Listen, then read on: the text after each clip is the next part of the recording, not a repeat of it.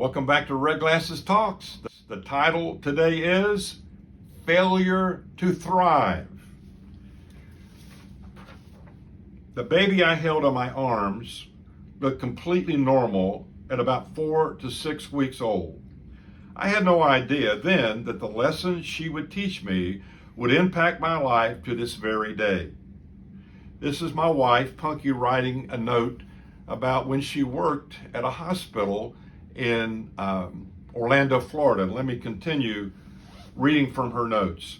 I had the privilege of working as a volunteer in the neonatal intensive care unit at the brand new Arnold and Winnie Palmer Hospital for Women and Children in Orlando, Florida. One evening, as I scrubbed in, the head nurse told me I'd be working in the step-down unit across the hall.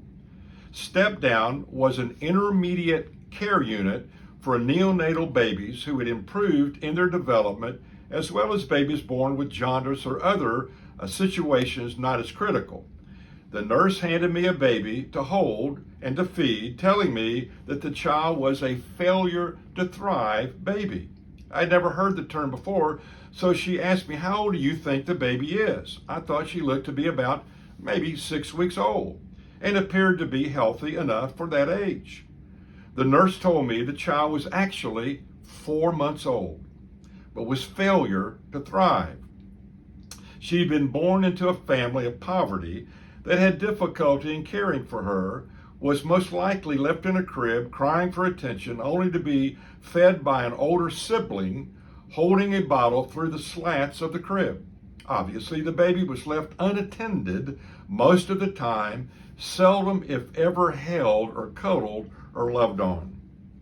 Then my wife concludes, "For the past 20 years plus, my life work has been in another sort of step-down unit, a spiritual step-down unit, nurturing failure to thrive baby Christians, helping them to grow and develop in their faith spiritually, socially, emotionally, and physically. You may be wondering," she says, "where on earth I might have found a failure to thrive Christian. I'll tell you where. In my church.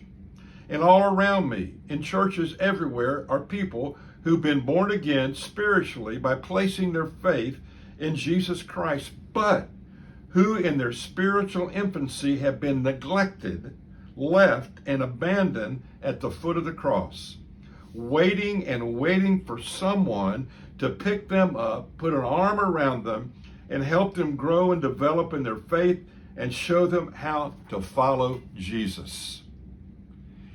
Dear friends, the question I want to ask you is, are you a failure to thrive Christian? Is that where you are? And is that an apt description of where you are in your faith and life? 2 Peter 3:18 says, "But grow in the grace and love of the Lord Jesus Christ." And it can be translated, but keep on growing. If I'm not growing, if you're not growing, if we're not continuing to develop, we're dying. So how do we thrive in our faith, in our life, so we can impact the lives of those around us? Well, come next time and check it out, because we're going to get after it.